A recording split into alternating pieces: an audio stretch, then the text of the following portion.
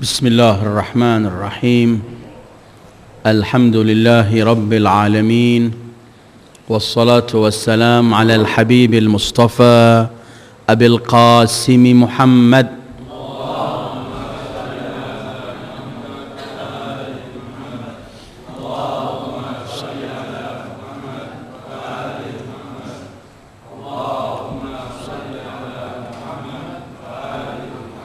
وآله الطيبين الطاهرين ولا حول ولا قوة إلا بالله العلي العظيم اللهم بحق محمد وآل محمد عليك صل على محمد وآل محمد وارزقنا ووالدينا وأزواجنا وأولادنا وذرياتنا من بعدنا حب محمد وآل محمد اللهم أحينا على ذلك وأمتنا على ذلك واحشرنا في زمرة من أحب محمدا وآل محمد مع محمد وآله يا كريم أعوذ بالله من الشيطان الرجيم بسم الله الرحمن الرحيم والعصر إن الإنسان لفي خسر إلا الذين آمنوا وعملوا الصالحات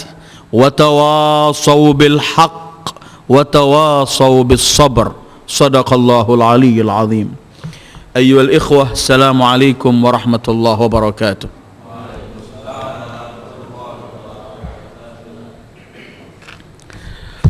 Setelah kajian surat Al-Baqarah, kita kemarin sampai kepada ayat ke-27 dan akhirnya telah kita bicarakan beberapa ciri atau sifat orang-orang fasik dalam Al-Quran.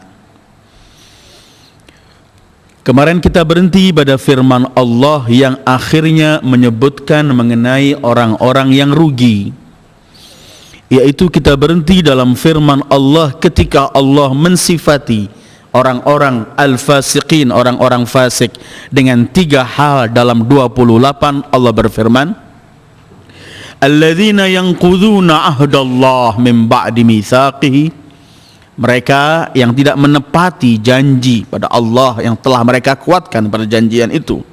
Wa yaqta'una ma amarallahu bihi an yusala, mereka memutus tali hubungan yang Allah wajibkan mereka untuk menyambung hubungan itu. Wa yufsiduna fil ard, dan mereka berbuat keji, berbuat durjana di bumi Allah. Allah sifati mereka itu ulaika humul khasirun, mereka itu adalah orang-orang yang rugi. Kiranya akhir ayat ini menarik untuk kita bahas berkaitan dengan rugi. Siapakah mereka orang-orang yang rugi? Apakah ayat-ayat Al-Quran yang mensifati orang-orang yang rugi? Karena kajian ini perlu kita kaji supaya kelak akhirnya kita jauh dari manusia-manusia yang disebut oleh Allah sebagai manusia yang rugi. Kalau al-muflihun pernah kita bahas, walaupun sepintas dan sekilas, berkaitan orang-orang yang sukses. Ketika kita sampai pada beberapa pertemuan yang lalu, ketika mensifati orang bertakwa mereka muflihun, kita bicarakan sedikit mengenai siapakah mereka orang-orang yang sukses dalam kehidupan mereka di dunia maupun akhirat. Malam ini kita akan kaji siapa orang-orang yang rugi menurut Al-Quran. Ulaika humul khasirun.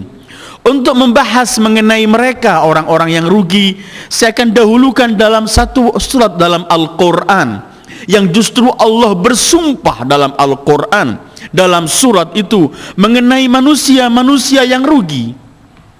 Allah justru bersumpah dalam satu surat, Allah menyebutkan bahwa manusia pada dasarnya hidup dalam kerugian. Wal 'ashr innal insana lafi khusr.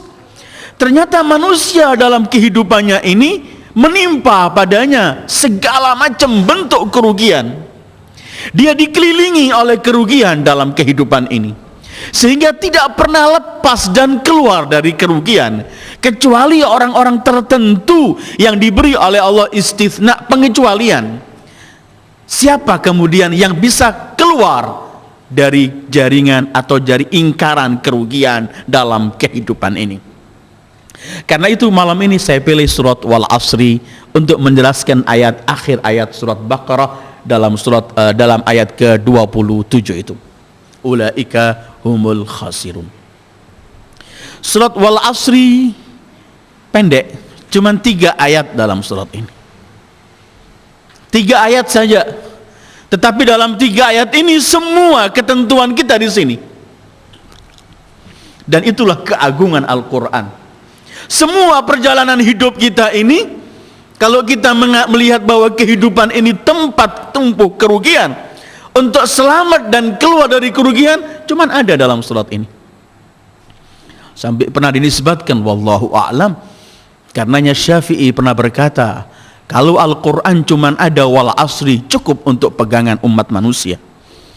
Disebutkan dalam beberapa riwayat bahwa para sahabat setia Rasul sallallahu alaihi wa alihi, mereka apabila duduk membicarakan mengenai hal-hal, mereka tidak berpisah sebelum mereka membaca surat Wal Asr, karena dalam surat ini memang segala hal untuk memperoleh kesuksesan lewat sini. Wal Asri innal insana lafi khusr illa alladhina amanu wa amilus salihat wa tawasaw bil haqq wa tawasaw bis sabr. Demi al-asr, sungguh manusia hidup dalam kerugian kecuali mereka orang-orang yang beriman, orang-orang yang beramal saleh, orang-orang yang saling mewasiatkan kebenaran dan saling mewasiatkan kesabaran. Di sini Allah bersumpah. Biasanya sesuatu kalau didahului dengan sumpah itu menunjukkan bahwa berita yang akan disampaikan sangat penting sekali, sehingga ketika ingin menyampaikan harus bersumpah terlebih dahulu. Dan dalam Al-Quran penuh dengan sumpah, banyak model sumpah dalam Al-Quran. Kadang-kadang Allah sumpah dengan zatnya sendiri, fala wa rabbik, tidak, demi Tuhanmu, atau fa wa rabbis samai wal ard. Kadang-kadang Allah menceritakan dalam Al-Quran ada seorang nabi bersumpah dengan lafzul jalalah, nama Allah, tallahi la akidanna asnamakum. Ketika Ibrahim bersumpah, demi Allah akan kuhancurkan patung-patung kalian. Kadang-kadang Allah bersumpah dengan Qur'annya, Yasin wal Qur'anil azim. Atau kita melihat dalam ayat-ayat lain Allah bersumpah, Qaf wal Qur'anil majid, Sad wal Qur'an. Allah bersumpah dengan Al-Qur'annya, bersumpah dengan zatnya, bersumpah dengan lafzul jalalahnya. Kadang-kadang Allah bersumpah dengan makhluknya. Kita banyak melihat makhluk-makhluk yang Allah gunakan sumpah, wattin wazzaitun, ada wasyamsi, ada wal fajri, ada bermacam-macam sumpah Allah dalam Al-Quran, dengan namanya, dengan zatnya, dengan makhluknya, dengan para malaikatnya. Ketika Allah menyebutkan wan nazi'ati arqa was-saffat, cuman Allah hanya sekali bersumpah demi kehidupan manusia, itu cuman kehidupan dan umur Sayyidil Wujud Muhammad. La'amruka innahum lafi sakratihim ya'maun. Demi kehidupanmu wahai Sayyidil Wujud. Ini sumpah Allah, satu-satunya sumpah untuk kehidupan manusia adalah untuk Sayyidil Wujud Muhammad sallallahu alaihi wa alihi. Sehingga kemudian banyak para ulama menyebutkan manusia tidak boleh bersumpah kecuali hanya dengan Allah, tetapi Allah bebas bersumpah dengan namanya, dengan zatnya, dengan makhluknya, dengan apa saja yang dikehendaki oleh Allah, karena ini adalah semua makhluk Allah. Dan biasanya sesuatu dari makhluknya yang Allah gunakan sumpah menunjukkan ada sesuatu yang besar, terkandung sesuatu besar dan keajaiban di makhluk yang digunakan oleh Allah untuk bersumpah. Di sini Allah menyebutkan wal asr. Para mufassirin menyebutkan bermacam-macam berkaitan arti al asr. Karena al asr itu asal artinya adalah istikhrajus syai' bidzat, mengeluarkan sesuatu dengan ditekan. Kata orang Jawa diperas. Karena itu dalam bahasa Arab jus, ini jus di depan saya ini dalam bahasa Arab namanya asir. Artinya perasan sesuatu. Entah itu dengan alat, dengan tangan mengeluarkan sesuatu, yusamma al-asir. Artinya asara ya'siru asran, istikhrajus syai' bil-dhaghti, atau disebutkan darbus syai' biquwwah hatta yatahallab ma'uhu au dihnuh. Menekan sesuatu dengan kuat sehingga keluar airnya atau minyak dari sesuatu tersebut. Itu namanya asir. Kemudian namanya asir itu jus. Wal asri. Ini asal arti kalimat al asr. Kemudian al asr itu diartikan masa, zaman.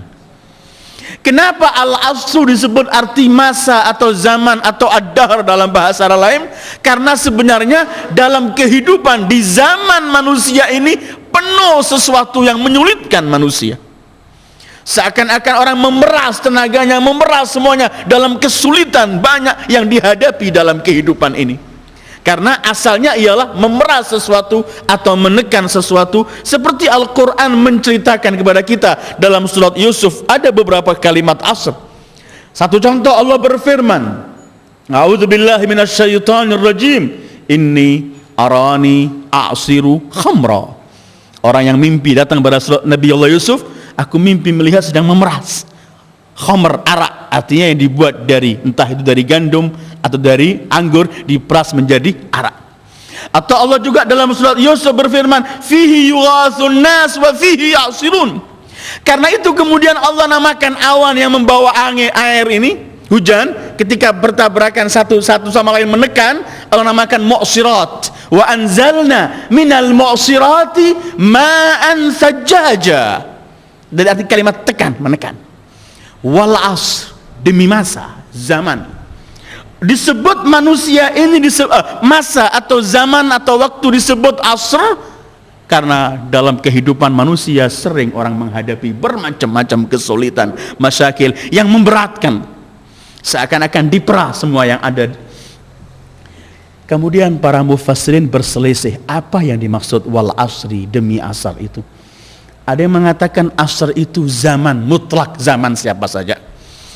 Kalau sekarang saya baca, ya zaman saya, zaman Anda, dan setiap zaman ada wal asr, ada ad-dahr. Ada yang menyebutkan zaman khusus, zaman ketika dibangkitkan Rasulullah atau ketika diutus Rasulullah, asrul bi'tsah nabawiyah, ketika dibangkit atau diutus Rasulullah. Atau orang menyebutkan asrul qaim, ketika masa munculnya al-qaimul mahdi ajjalallahu farajahu syarif, ketika keadilan menyebar luas di masyarakat. Ada yang menyebutkan wal asr itu artinya demi waktu asar. Waktu asar, setelah zuhur masuk waktu asar, Allah bersumpah dengan waktu asar. Sebagaimana Allah karena asar merupakan masa yang mendekati untuk hilangnya siang dan akan silih bergantinya malam, dan itu cukup menampakkan keajaiban, tanda-tanda kebesaran Allah. Wal asr, demi waktu asar. Allah menginginkan waktu asar ini waktu yang dalam banyak riwayat supaya kita perhatikan waktu asar itu. Ini waktu akan pergantian keluarnya siang dan masuknya malam. Sebagian para muhakkikin dan orang-orang yang menafsirkan tafsir Al-Quran dalam buku-buku tertentu, ini isyarah dari Allah bahwa pendeknya waktu dan umur manusia tidak melebihi antara jarak waktu asar menjelang maghrib, dan itulah kehidupan manusia. Dan dengan itu Allah bersumpah wal asr, demi waktu asar. Ada yang menyebutkan wal asr yang dimaksud ialah bukan waktu asar, tapi yang dimaksud demi sholat asar.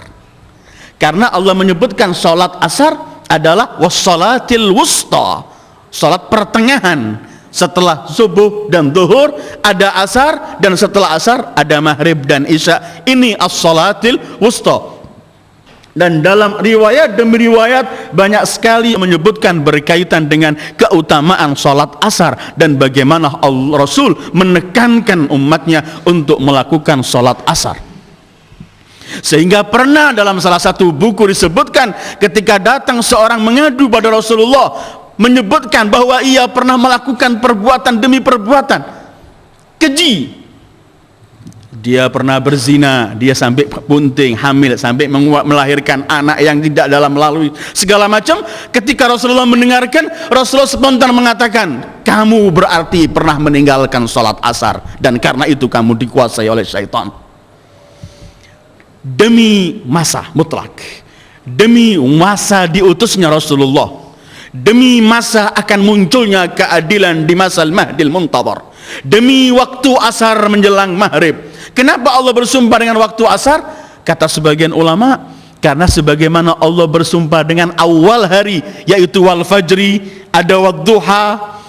Karena itu juga Allah wal fajri, ada wadduha, ada wasubhi idza asfar. Karena itu sebagaimana Allah bersumpah dengan waktu-waktu di awal hari, Allah juga bersumpah di akhir siang hari, yaitu wal asri. Seperti nanti ada juga sumpah wal laili, di waktu malam. Tetapi banyak para ulama menekankan bahwa wal asri adalah masa dan zaman mutlak, zaman siapa saja. Walaupun kita tetap meyakini bahwa masa di sini semua zaman, dan termasuk yang kita hadapi ialah zaman kita, masa kita. Dan dengan keyakinan bahwa semulia-mulianya masa ialah ketika dilahirkan dan hidup di masa itu Sayyidul Wujud Muhammad. Dan kelak semulia-mulianya masa dan zaman ialah ketika munculnya Al-Mahdi Al-Qaim min Ali Muhammad sallallahu alaihi wa ajjalallahu farajahu syarif. Ketika di masa itu di mana keadilan akan menjadi sesuatu yang akan dirasakan oleh seluruh umat manusia di dunia. Wal asri, demi masa, demi zaman, waktu yang kita lewati. Kenapa kemudian Allah bersumpah dengan masa, dengan zaman? Karena sebenarnya zaman ini sesuatu yang ada, tetapi kadang-kadang dirasakan tidak ada. Zaman ini dan waktu ini sesuatu yang mahal, tapi sering kita anggap sesuatu yang paling murah. Tepat padahal waktu dan masa itu adalah sesuatu yang paling berharga, dan sesuatu yang penuh menakjubkan kehidupan manusia, dan penuh menampakkan keajaiban Allah di masa. Coba dilihat setiap zaman, bermacam-macam kebesaran terjadi di situ. Di masa dan setiap zaman ada kebahagiaan, ada kesengsaraan, ada tangisan, ada tertawa-tawa, dan ada macam-macam semua terjadi di zaman. Karena itu ketika ada seorang datang pada Imam Ali ingin tanya, ia berkata, wahai Ali, aku ingin tanya padamu 4 masalah. Kata Imam Ali, tanyalah walau 40 masalah. Orang itu cuma berkata, mal qaribu wa mal aqrab, mal wajibu wa mal aujab, mal qaribu wa mal aqrab, mas sa'bu wa mal as'ab, mal ajib wa mal ajab. Pertanyaan terakhir, apa yang heran dan apa yang mengherankan?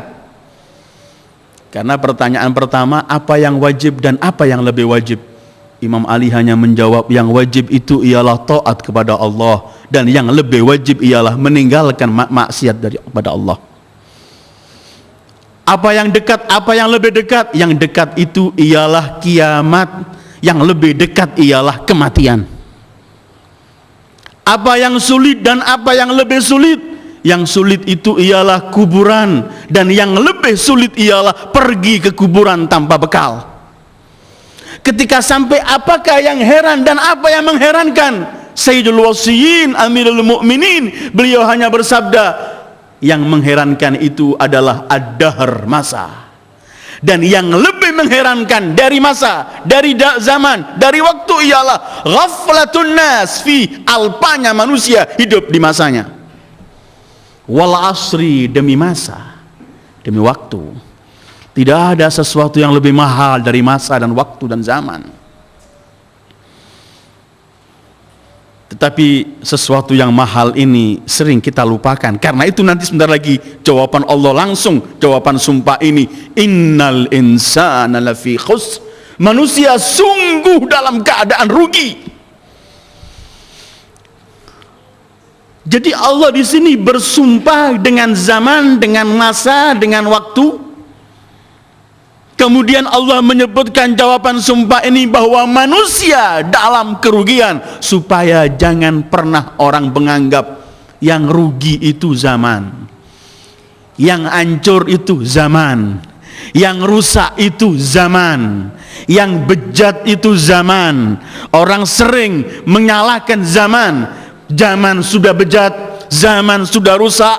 Rasul pernah bersabda, la tasubbud dahr, jangan kalian caci masa atau zaman. Tidak ada zaman pernah rusak dan berubah. Semenjak diciptakan oleh Allah dan sampai hari kiamat, tidak ada namanya zaman bejat atau zaman rusak. Yang rusak adalah manusianya yang hidup di zaman itu. Karena itu innal insana lafi khusr. Mu'minu Quraisy, Abah Imam Ali, Abu Talib, beliau pernah bersabda, na'ibu zamanana wal aibu fina wa ma li zamanina aibun siwana. Abadh-dhi'bu an ya'kula lahma akhi wa ya'kulu ba'duna ba'dhan ayana. Kata Abu Talib, kita sering mencaci dan menyalahkan zaman, padahal cacian dan celahan itu patutnya kepada kita, bukan kepada zaman. Sementara zaman ini tidak ada aibnya. Yang aib dan cacat adalah kita yang hidup di zaman itu. Serigala enggan untuk memakan daging sesama serigala, tetapi manusia dengan biasa memakan satu dengan yang lain. Begitu ungkapan Abu Talib, mukminu Quraisy alaihissalam. Wal asr, dan Allah bersumpah demi wal asr, demi zaman. Memang karena di zaman ini banyak hal-hal yang menyebabkan manusia kadang-kadang alpa dan tidak mengambil pelajaran dari zaman itu. Apa jawaban dari sumpah ini? Demi masa, demi zaman.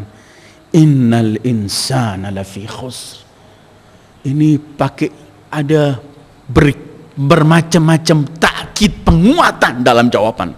Pakai inna, pakai la, pakai fi. Innal insana lafi khusr, pakai nakira. Dan jawabnya pakai ismiyah. Ada 5 yang menekan dan menguatkan untuk Allah sebutkan. Setelah bersumpah, Allah sebutkan sesungguhnya manusia hidup dalam kerugian. Kita semuanya rugi dalam kehidupan kita. Bagaimana tidak rugi? Orang menyebutkan rugi itu apa dalam bahasa Arab? Orang menyebutkan rugi itu begini, para ahli lughah menyebutkan, seperti dalam buku Mufradat Lirraghib, mereka menyebutkan khasir, khusran itu artinya intiqasu ra'sil mal, kurangnya modal. Modal seseorang ketika kurang itu namanya rugi sudah. Anda punya modal 1 juta, kemudian Anda jual belikan, Anda bukan dapat keuntungan, malah bagang yang Anda jual malah menjadi 400, 500. Artinya modal 1 juta itu kurang 400 atau kurang 500. Kurang dari modal yang kita miliki itu namanya dalam bahasa Arab khasirah, rugi. Apakah Allah memberikan kita modal sehingga Allah menyebutkan bahwa kita dalam keadaan rugi? Artinya modal kita ini kurang. Ada yang bukan kurang, habis. Nanti akan kita bahas beberapa ciri Al-Quran menyebutkan orang-orang yang khasirin. Ada yang orang rugi. Ketika itu sampai Allah sebutkan zalika huwal khusranul mubin, rugi yang paling banyak. Sebenarnya ayyuhal ikhwah, manusia lahir ini oleh Allah telah diberi modal. Modal itu ialah fitrah agar kenal kepada Allah dan umur yang Allah berikan pada manusia. Ini modal. Karena dengan umur ini kita bisa banyak transaksi pada Allah. Tetapi ketika manusia melupakan modalnya ini, umur, dia selalu dalam kerugian. Dan kenyataannya begitu. Orang sering berkata umurnya tambah. Sebenarnya setiap hari umur kita kurang. Kalau kita punya umur 60 tahun, Kita kalau sekarang umur 30 tahun, modalnya tinggal 30, rusak habis, sudah kurang modal ini. Padahal pada kehidupan manusia ini kita banyak saksikan, kita belum membicarakan mengenai amal perbuatan. Badan kita, tubuh dan anggota badan ini setiap hari mengurang. Berapa sel-sel otak kita ribuan yang kurang karena dimakan oleh usia dan nggak bisa kembali lagi. Kekuatan tenaga dan semua, bahkan banyak yang kita lihat di hadapan kita ini sesuatu yang tumbuh kemudian turun, mengecil habis. Artinya ketika ia keluar dan mulai hari itu mulai dia menggerogoti umurnya. Karena itu Imam Ali menyebutkan setiap nafas kamu bernafas adalah mendekatkan engkau ke liang kuburmu. Orang berkata ulang tahun, sebenarnya orang adalah kurang tahun, tahunnya mengurang. Innal insana lafi khusr. Kalau manusia tahu bahwa kehidupan ini selalu membawa dia kepada kerugian. Karena itu ada ibarah indah dari Imam Ali menyebutkan kehidupan ini. Beliau pernah bersabda, ad-dunya suq, rabiha fiha qaumun wa khasira akharun. Kata Imam Ali alaihissalam, dunia ini bagaikan pasar. Di pasar itu ada sebagian mereka yang beruntung, ada sebagian yang rugi. Berarti setiap nafas kita ini adalah transaksi, dan pasti kita akan sampai pada titik yang mana di titik itu dibagi fariqun fil jannah wa fariqun fis sa'ir. Kita bisa jatuh masuk ke jurang api neraka, wa na'udzubillah, atau kita bisa masuk ke surga dengan segala kenikmatannya. Tetapi kita tetap berjalan. Karena itu Allah menyebutkan sesungguhnya manusia hidup dalam kerugian. Orang yang sadar bahwa kehidupan dia ini adalah setiap detik dari kehidupan dia itu bisa menyampaikan ia ke surga atau bahkan menyampakkan ia ke neraka. Orang yang sadar mengenai waktu ini, pasti dia akan mengambil kesempatan dan tidak pernah akan mensia-siakan umurnya, dan pasti akan diisi untuk sesuatu yang menguntungkan dia kelak di hari ketika habis masa dan tidak bisa beramal lagi. Karena itu orang kalau sudah mati, hatta mulai nazak, dia sudah teriak minta dikembalikan ke dunia. Karena tahu nilainya masa, nilainya waktu ketika ia hidup. Karena itu salah satu nama hari kiamat ialah Yaumut Taghabun, hari yang orang akan tahu siapa yang maghbun, yang rugi. Atau Yaumul Hasrah wan Nadamah, orang menyesal. Di hari kiamat semua orang menyesal, hatta yang sudah di surga menyesal. Karena dia tahu, coba dulu waktu di dunia, masaku, waktuku, umurku, aku isi lebih banyak, pasti kedudukanku di sini lebih tinggi. Karena itu Allah sebutkan hari kiamat Yaumul Hasrah, hari penyesalan. Apalagi orang yang nggak beramal soleh, jangan ditanya lagi. Wal asri innal insana lafi khusr. Ternyata semua gerak-gerik kita ini menuju kepada kehancuran dan kerugian. Tidak ada pilihan. Siapapun kita, setiap hari yang ada ialah membawa kita kepada kerugian. Kan orang itu kadang-kadang memang oleh Rasulullah diperintahkan untuk menghisab dirinya, melihat kembali pada dirinya, apa yang sudah kulakukan.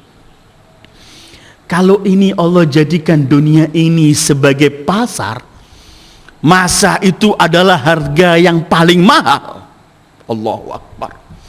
Pernah kan saya sampaikan di sini ketika Imam Ali mensifati ajal dan kita mengejar menuju ajal ini.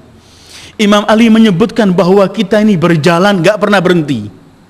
Anda kalau di dunia ini, perjalanan apapun yang Anda lakukan, kendaraan Anda pasti pernah berhenti. Anda naik kendaraan, naik apa? Sepeda bisa berhenti, naik mobil berhenti, pesawat berhenti, kapal berhenti, kereta api berhenti. Semua kendaraan yang membawa kita kepada tujuan sesuatu berhenti. Kecuali kendaraan yang kita tunggangi nggak pernah berhenti. Kita duduk, kita berdiri, kita bangun, kita tidur, tetap berangkat kendaraan ini. Wa'lam man kanat matiyatuhu al-lailu wan-nahar fa innahu yusaru bihi wa in kana waqifa. Kata Imam Ali ketika beliau menasehati putranya Imam Hasan, ketahuilah kalau seseorang kendaraannya itu malam dan siang, maka kendaraan itu nggak pernah berhenti, kapanpun tetap berjalan. Malam dan siang itu kendaraan kita yang menggerogoti umur dan yang mendekatkan kita kepada ajal dan tidak pernah istirahat. Tergantung kita isi apa. Sementara kita isi apapun, kita masih innal insana lafi khusr. Sungguh manusia hidup dalam kerugian. Padahal Allah ini memberikan modal umur. Kemudian Allah memberi fitrah dan akal, mengutus para nabi, menerangkan ada surga dan semua kenikmatannya, menerangkan ada neraka dan semua kesiksaannya. Kemudian Allah menantang, ayo transaksi dengan aku. Modal yang sedikit ini kalau kita mau transaksi pada Allah, Allah lipat gandakan. Amal perbuatan kita itu paling sedikit 1, balasannya 1. Bisa 1, balasannya 10. Bisa 1, balasannya 700. Bisa 1, balasannya nggak mampu dihitung oleh manusia karena berlipat-lipat ganda. Modalnya apa yang Allah berikan? Umur ini. Karena itu kemudian Allah menyebutkan, kalau manusia tidak menggunakan perbuatan ini untuk sesuatu yang indah, pasti dia tetap dalam keadaan rugi. Karena semua perbuatannya nanti akan nampak, sekecil apapun ada nilainya di hadapan Allah. Faman ya'mal mithqala dzarratin khairan yarah. Dan sebaliknya, yang syarran juga yarah. Orang beramal sedikit, sekecil apapun, kalau itu baik akan nampak, kalau jelek akan nampak. Karena itu pernah saya sampaikan dalam beberapa minggu yang lalu, ketika Rasul memberitahu pada kita, hei kaum mukmin, kalian ini punya harga dan jangan mau kalian menjual dirimu kecuali dengan harga itu. Ketahuilah harga kalian cuma surga dan gak pernah akan ada yang mampu membeli kalian dengan surga kecuali Allah. Karena itu jangan pernah jual diri Anda, kecuali jualah dan serahkan kepada Allah pemilik surga. Innal insana lafi khusr. Karena banyak manusia suka menukarkan yang mahal dengan yang murah. Banyak manusia terlena oleh dunia sehingga menukarkan akhiratnya yang begitu mahal dengan dunia yang sangat-sangat murah. Wa inna daral akhirata lahiyal hayawan. Menurut Al-Quran, sesungguhnya kehidupan akhiratlah itu arti kehidupan yang sebenarnya. Di sini kita belum hidup. Al-Imam Ali pernah mengomentari kehidupan dunia ini dengan sabda beliau, an-nasu niyam fa idza matu istayqadhu. Manusia ini tidur, kalau mati nanti baru dia bangun, sadar. Karena itu kemudian beliau pernah bersabda, mutu qabla an tamutu. Matilah kalian sebelum mati. Artinya persiapkanlah kalian untuk menghadapi kematian, karena di sanalah kehidupan yang sebenarnya. Jangan nanti kalau Israel datang atau nanti di hari kiamat, orang-orang yang suka melupakan harinya, melupakan masanya, melupakan waktunya, nanti di hari kiamat teriaknya begini, Rabbirji'uni la'alli a'malu salihan. Ya Allah, kembalikan saya ke dunia, aku ingin beramal saleh. Katanya Allah, enggak ada lagi hari kembali di sini. Innal insana lafi khusr. Sesungguhnya manusia hidup dalam kerugian. Manusia tidak ada yang beruntung dalam kehidupan ini. Semua pergi dan memperoleh kerugian. Pernah saya sampaikan ke dalam beberapa waktu yang lalu, kalau tidak salah itu berkaitan Maulid Rasul sallallahu alaihi wasallam. Rasul pernah bersabda dalam satu riwayatnya, kalau orang umatku duduk majlis, kemudian di majlis itu enggak berselawat kepadaku, majlis itu pasti akan membawa kesedihan dan kesengsaraan. Walaupun majlis itu membawa mereka ke surga, tetap sengsara. Karena apa? Akan melihat besarnya pahala salawat di sana. Karena itu dan semacam itu. Karena itu kemudian hari kiamat ialah yaumul hasrah wan nadamah, atau yaumul qiyamah adalah yaumut taghabun. Innal insana lafi khusr. Manusia hidup dalam kerugian. Tetapi Allah kemudian memberikan 4. Orang yang memiliki 4 ini, dia lepas dari kerugian. Dalam arti sudah tidak lagi memperoleh kerugian, walaupun pahala yang akan ia peroleh masih nggak sama, ada tingkatan demi tingkatan, dan masing-masing tingkatan akan juga menyesal, tetapi sudah bukan lagi penyesalan orang yang masuk ke neraka sehingga akan berkata rabbirji'uni la'alli a'malu salihan. Innal insana lafi khusr illa alladzina amanu. Pertama, kecuali orang-orang yang beriman. Kedua, orang yang beramal saleh. Ketiga, orang yang saling mewasiatkan hak dan kebenaran. Keempat, yang saling mewasiatkan kesabaran. Illalladzina amanu. Kenapa Allah sebutkan al-iman pertama untuk menangkis kerugian kehidupan manusia? Karena iman merupakan asas dan fondasi kehidupan manusia. Apabila iman manusia kokoh dan kuat, pasti iman ini akan mendorong dia untuk beramal saleh. Karena iman yang kuat bagaikan lampu yang terang benderang. Ketika hati ini ada lampu yang terang, yaitu nurul iman, cahaya iman, pasti cahaya itu akan menerangi semua anggota badan, sehingga lidah kita akan bawa beramal soleh untuk lepas dari kerugian. Mata kita akan kita pancarkan nur iman sehingga lepas dari sesuatu yang akan membawa kerugian, dan seluruh anggota kita akan kita bawa karena mereka masing-masing memperoleh cahaya, seperti yang saya contohkan dalam beberapa waktu yang lalu. Iman itu bagaikan lampu yang menerangi kamar.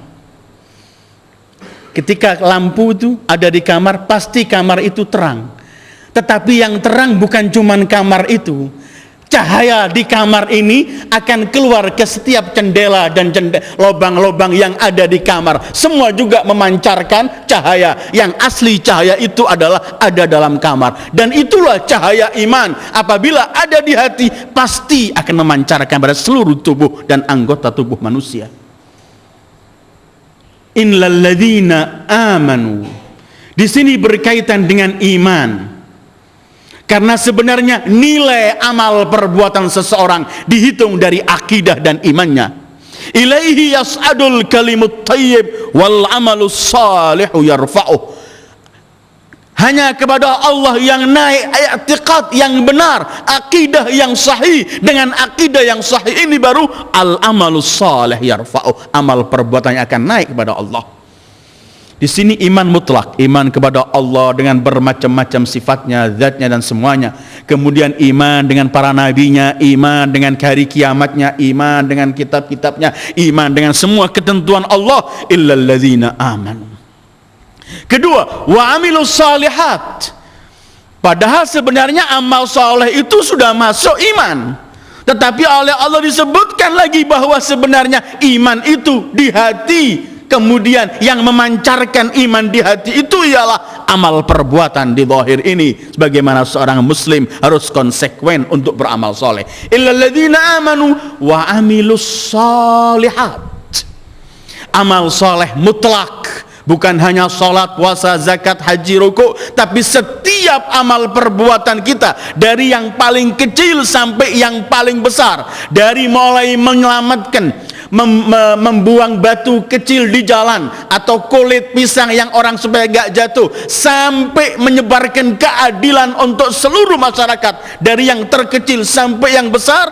Apabila amalan ini dalam real Allah, diridhoi oleh Allah, karena Allah, maka itu amal soleh.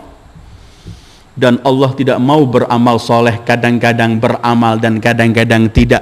Karena itu Allah gunakan di sini as-solihat jamak, supaya jangan ada orang baru beramal sekali, dua kali menepuk dada karena belum selamat, tetap rugi. Yang akan melepas dari kerugian adalah orang yang selalu beramal solihat, banyak amal solehnya tanpa dihitung.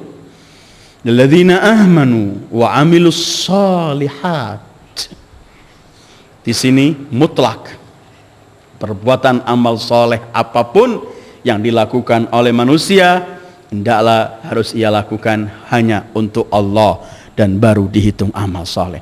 Dan begitu selalu Al-Quran menggandengkan iman dan amal soleh, sehingga tidak pernah lepas. Selalu kita menemukan Quran, amanu alladzina amanu wa amilus solihat. Untuk mewujudkan iman dan amal soleh di tengah-tengah masyarakat dan salaf, dan kita termasuk anggota masyarakat, maka iman dan amal soleh perlu untuk dijelaskan, perlu untuk difahamkan untuk manusia. Karena itu Allah sebutkan setelah iman dan amal soleh ada lagi dua perangai yang harus dikerjakan untuk menunjang amal soleh dan iman itu supaya merata ke masyarakat. Karena itu yang dua berikutnya ialah watawasau bil haq. Tawaso itu artinya saling wasiat mewasiati. Kita memberi wasiat dan menerima wasiat. Kita menegur dan mau ditegur. Memberitahu orang yang tidak tahu dan menerima orang ketika memberitahu pada kita. Menegur orang yang alpa dan siap untuk menerima teguran orang pada kita ketika kita alpa. Ini artinya tawasi, saling wasiat mewasiatkan. Tidak ada wasiat yang lebih indah dan mahal seperti orang mewasiatkan agar orang hidup dalam kebenaran, hidup dalam rel hak. Watawasau bil haq. Hak itu mutlak. Semua sesuatu yang sesuai dengan kenyataannya itu hak. Karena itu Quran membawa kalimat hak dengan bermacam-macam arti. Al-haq huwallah, al-haq huwa tariq ilallah, al-haq wal jannah, al-haq, bermacam-macam. Semua ini Allah sebutkan kalimat hak, menunjukkan bahwa Al-Quran juga hak, Al-Islam juga hak, Tauhid juga hak, Al-Adl juga hak, As-Siddiq kebenaran juga hak, dan segala sesuatu yang datang dari Allah namanya hak. Dan semua yang ada dalam Al-Quran adalah hak. Bil haqqi anzalnahu wa bil haqqi nazal. Tawasi bil haq. Masuk di sini amal ma'ruf nahi mungkar, tawasi bil haq. Ta'limul jahil, memberitahu orang yang tidak tahu, tawasi bil haq. Tambihul lil ghafil, mengingatkan orang yang alpa, tawasi bil haq. Kita nggak cukup kita berkata yang penting saya selamat, saya nggak mau tahu yang lainnya. Tidak. Islam menganjurkan untuk kita hidup bermasyarakat, dan agar iman dan amal soleh itu bisa menyebar merata, maka perlu adanya tawasi bil haq. Tetapi hak itu berat. Hak itu berat, bukan mudah. Imam Ali mengomentari, al-haqqu thaqilun mari wal batilu khafifun wabi. Hak itu berat, tetapi akibatnya indah, enak, menyenangkan. Batil itu ringan, tetapi akibatnya membawa kita sengsara dan binasa. Orang mengajak orang hak ini nggak gampang. Para nabi ketika mengajak orang kepada hak, mereka dituduh gila, dituduh tukang sihir, dilempari, diperangi, digeraji sebagian mereka, bermacam-macam. Thariqul haq. Karena itu menyebarkan hak, menyampaikan yang hak perlu kesabaran. Karena itu harus dibarengi dengan watawas bis sabr. Harus saling wasiat mewasiati dengan kesabaran. Hidup penuh tantangan dan rintangan. Hidup pernah penuh dengan bermacam-macam tantangan. Karena itu perlulah kita membenahi atau membekali diri kita dengan senjata, yang dengan senjata itu kita akan selamat. Senjata itu ialah kesabaran. Karena itu perlu saling wasiat mewasiatkan kesabaran. Begitu urutannya. Kita juga kalau ingin berdakwah, menyampaikan hak, ingin amal ma'ruf nahi mungkar, hendaklah siap untuk menghadapi bermacam-macam. Tapi untuk mengatakan itu dan untuk mempraktekkan itu perlu kita saling wasiat mewasiatkan untuk sabar dalam kehidupan ini, untuk sabar memikul hak. Karena itu ketika Luqman bernasihat pada putranya, ya bunai aqimis salata wa'mur bil ma'ruf wanha 'anil munkar wasbir 'ala ma asabak. Hei putraku, dirikan salat, Perintahkan yang ma'ruf, cegah yang mungkar. Enggak cukup. Karena yang merintahkan kepada ma'ruf, yang mencegah kepada mungkar, pasti akan mendapat gangguan. Karena itu wasiat berikutnya, wasbir, sabarlah atas apa yang menimpa padamu. Wasbir ala ma asabak. Ayyuhal ikhwah, Allah bersumpah untuk menunjukkan bahwa manusia hidup dalam kerugian. Semua kita rugi, kecuali orang yang menyandang 4 masalah ini. Selain yang memiliki 4 ini pasti rugi. Dan untuk mengatakan pasti rugi, Allah enggak cuma mengatakan kamu rugi, tidak. Allah bersumpah. Dan setelah bersumpah dikuatkan dengan ta'kid. Inna la fi, semuanya menguatkan manusia hidup dalam kerugian, kecuali orang yang beriman dan beramal saleh. Memang orang kalau ziarah kubur itu, yang mati dalam kuburan dalam beberapa riwayat itu, dia cuman akan teriak, wahai yang ziarah kepadaku, ambillah kesempatan hidupmu, sholat 2 rakaat lebih mahal dari semua yang kalian miliki. Kalau kalian sudah sampai di sini akan tahu besar nilainya waktu yang kamu miliki. Karena itu nanti orangnya yang pergi kepada Allah tanpa bekal, seperti yang saya sampaikan, pasti teriaknya, Rabbirji'uni la'alli a'malu salihah. Kembalikan aku ke dunia ya Allah untuk beramal saleh. Itulah menyebutkan dalam Al-Quran bahwa manusia selamanya hidup dalam kerugian, kecuali orang-orang yang telah melakukan 4 masalah: beriman, beramal saleh, dan kemudian bertawasi kepada hak dan bertawasi kepada sabar. Sekarang saya akan lewati saja beberapa sifat orang-orang rugi dalam Al-Quran. Allah menjelaskan pada kita ada beberapa manusia yang selalu rugi dalam kehidupannya.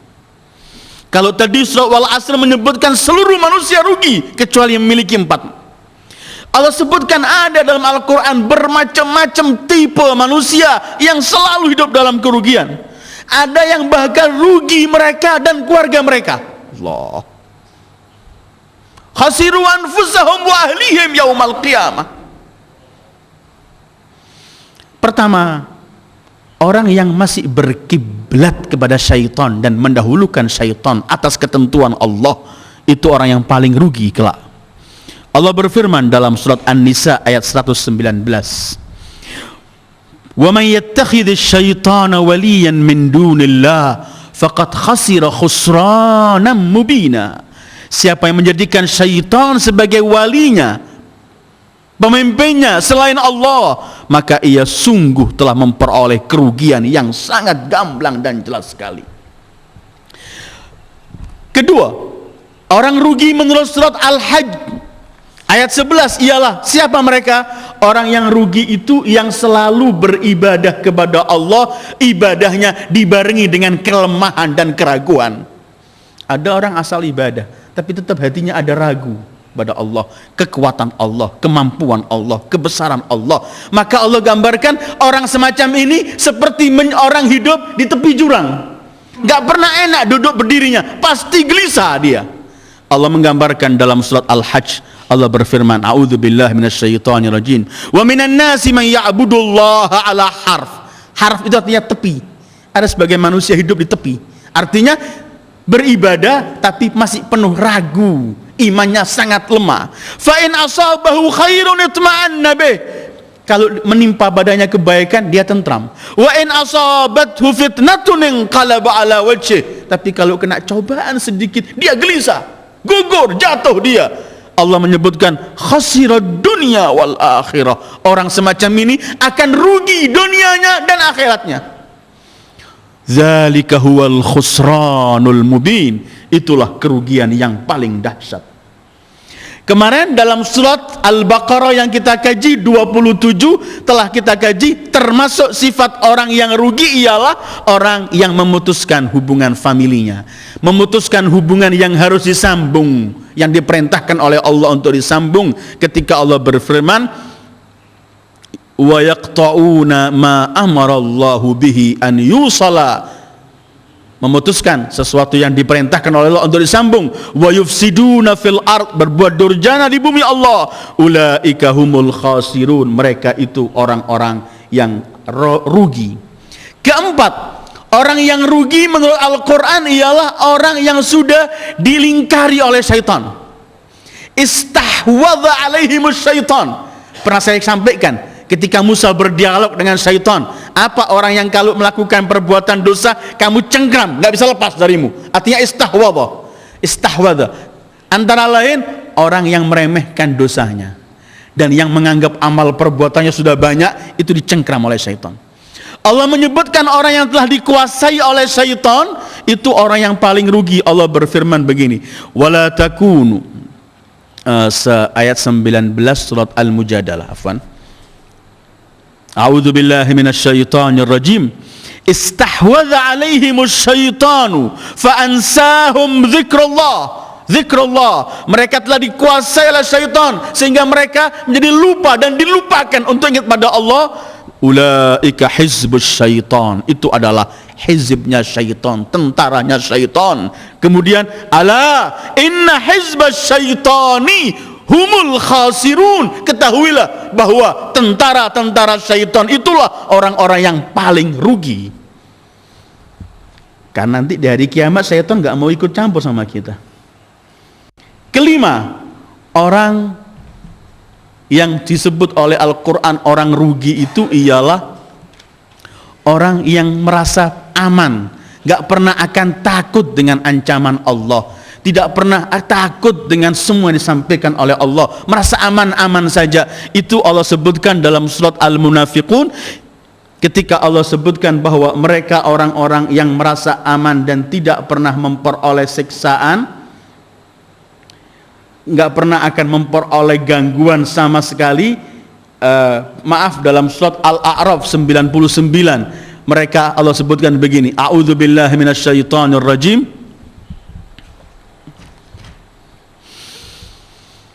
Awa amina ahlul qura an ya'tiyahum ba'suna duhan wa hum yal'abun.